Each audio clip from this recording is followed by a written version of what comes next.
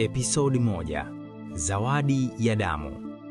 Mazingira, usiku wa mvua kubwa. Taa za barabarani zinasinyaa. Mhusika, Liana, mwanamke mrembo, anatetemeka. Simulizi. Liana alisimama mbele ya kioo, akijitazama. Shela yake nyeupe ya harusi ilikuwa imetapakaa matope na kitu kingine, kitu chekundu kilichokuwa kikidondoka taratibu sakafuni. Masaa mawili yaliyopita, alitakiwa kuwa mke wa kijana tajiri zaidi mjini, Ryan. Lakini sasa, yuko peke yake kwenye jengo lililotelekezwa. Simu yake iliita. Jina lililojitokeza ni mume wangu. Alipokea kwa mikono inayotetemeka. Sauti haikuwa ya Ryan, ilikuwa sauti ya chini, nzito na ya baridi. Liana, pete uliovaa kidoleni ina siri ambayo Ryan hakutaka uijue. Usirudi nyumbani, ukirudi unakwenda kwenye kaburi lako mwenyewe. Liana alitazama ile pete ya almasi. Kwa mara ya kwanza alihisi kama inamchoma nyama yake. Ghafla, mlango wa chumba hicho ulifunguliwa kwa kishindo. Kivuli cha mtu mrefu kikaonekana. Sio Ryan. Ni ya pili. Tabasamu la muuaji. Mazingira. Ndani ya gari la kifahari, saa 9 usiku. Mhusika, Brian, mdogo wake na Ryan, mkimya na mwenye macho makali. Simulizi. Liana alijikuta ameketi kwenye kiti cha nyuma ya gari la Brian. Brian ndiye aliyemtoa kule jengo la zamani. Kwa nini unanisaidia Brian? Na kwa nini kaka yako ananitafuta na bastola?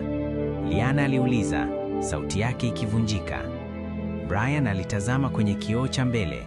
Tabasamu lake dogo lilikuwa na sumu. Ryan hakuwahi kukupenda Liana. Alikuchagua kwa sababu damu yako ni ufunguo wa kufungua akaunti ya babu yetu kule Uswisi. Ile pete ni kifaa cha kufuatilia kila hatua unayopiga. Liana alishtuka na kutaka kuivua pete, lakini Brian akamshika mkono kwa nguvu. Ukiivua, bomu lililoko chini ya gari hili litalipuka. Tunatakiwa kufika sehemu moja tu kabla jua halijachomoza. Ghafla, taa za gari lingine ziliwamulika kwa nyuma. Ni gari la Ryan, na halikuwa linakuja kuomba msamaha, lilikuwa linakuja kuwagonga. Episodi ya 3 ya Sanduku la Shaba. Mazingira, pwani ya bahari, giza nene, sauti ya mawimbi. Mhusika, Ryan, mwenye hasira na kukata tamaa. Simulizi. Gari la Brian liliacha njia na kusimama karibu na ukingo wa bahari. Ryan alishuka kwenye gari lake, bastola mkononi. Liana alishuka, akijikinga nyuma ya Brian. Liana, njoo huku! Ryan alipiga kelele. Brian anakudanganya. Yeye ndiye aliyemua mke wake wa kwanza kwa ajili ya utajiri huo huo anaozungumzia. Liana alimtazama Brian, kisha akamtazama Ryan. Wote wawili walikuwa na sura za upendo, lakini mikono yao ilikuwa na damu. Brian alitoa sanduku dogo la shaba mfukoni. Fungua hili Liana. Ukiona kilichomo ndani, utajua nani anasema ukweli. Liana alichukua lile sanduku. Alilifungua taratibu. Ndani yake hapakuwa na dhahabu wala almasi. Kulikuwa na picha ya Liana akiwa mtoto mdogo, akiwa amebebwa na baba yake ambaye aliamini alikufa kwenye ajali miaka 20 iliyopita. Chini ya picha kumeandikwa, mlinde binti yangu dhidi ya familia hii. Kabla hajauliza chochote, sauti ya risasi ilisikika. Mmoja kati ya wale kaka wawili alianguka chini. Je, ungetaka nikuandikie episodi ya 4 ili tujue nani amepigwa risasi na nini hatima ya Liana? Episodi 4. Damu kwenye mchanga. Mwangu wa risasi ulipasua ukimya wa pwani, ukizima sauti ya mawimbi kwa sekunde chache. Liana ilihisi joto la damu likiruka na kutua kwenye shavu lake. Alifumba macho kwa hofu, akitarajia kuhisi maumivu mwilini mwake. Lakini badala yake, alisikia kishindo cha mwili mzito kianguka kwenye mchanga. Alipofumbua macho, alimwona Ryan akiwa amepiga magoti, mkono wake ukiwa umeshika bega linalovuja damu. Bastola yake ilikuwa imetupwa mbali, lakini cha ajabu, aliyepiga risasi hakuwa Brian. Nyuma ya kichaka cha mikoko, alitokea mtu mwingine, mwanamke aliyevalia koti refu jeusi, uso wake ukiwa umefichwa na kofia. Huwezi kumuua Liana kabla sijaipata kodi ya akaunti, mwanamke huyo alisema kwa sauti ya kukwaruza. Liana alihisi moyo unamlipuka. Sauti hiyo alikuwa anaifahamu. Alikuwa ni mama mkwe wake, ambaye kila mtu aliamini alikufa miaka 5 iliyopita. Brian alimsogelea Liana na kumvuta nyuma yake. Liana, kimia. Mama haji kuokoa mtu hapa. Anakuja kumalizia kile alichokianza miaka 20 iliyopita kwa baba yako. Liana alitazama kile sanduku la shaba mkononi mwake. Picha ya baba yake ilikuwa inamtazama. Ghafla aligundua kitu. Ile pete aliyovaa ilianza kutoa mwanga mdogo wa kijani. Haikuwa pete ya harusi, ilikuwa ufunguo wa kidijitali uliokuwa unaitikia uwepo wa lile sanduku.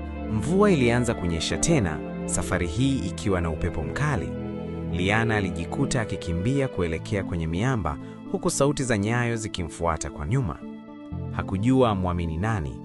Ryan alikuwa amemvisha pete ya mtego. Brian alikuwa na siri ya picha ya baba yake, na sasa mama yao marehemu ametokea akiwa na silaha. Simama Liana, sauti ya yule mwanamke ilipiga kelele. Ile pete itakata kidole chako kama hutaifungua sasa hivi. Ni mimi pekee ninayejua namba ya siri. Liana alijibanza nyuma ya mwamba mkubwa akitazama ile pete. Mwanga wa kijani sasa ulikuwa mwekundu na umeanza kutoa sauti ndogo ya beep. Alikumbuka maneno ya Brian kuhusu bomu. Je, bomu halikuwa kwenye gari? Je, bomu lilikuwa kwenye kidole chake? Kwa mbali, alimuona Ryan akijivuta kwa maumivu, akimfuata mama yake, huku akipiga kelele, "Mama, usimdhuru. Unahitaji alama yake ya vidole ili kufungua mfumo. Ukimuua, utapoteza kila kitu." Hapo ndipo Liana alipoelewa mchezo mzima. Hakuwa mpenzi, hakuwa mke mtarajiwa, alikuwa kifaa tu cha benki kilichohifadhiwa kwa miaka 20. Alitazama bahari iliyochafuka mbele yake na kisha akakitazama kile sanduku. Alijua akiruka anaweza kufala, lakini akibaki atakuwa mtumwa wa familia. Episode 6. Uamuzi wa kuzimu. Liana alisimama juu ya mwamba mrefu unaotazama bahari.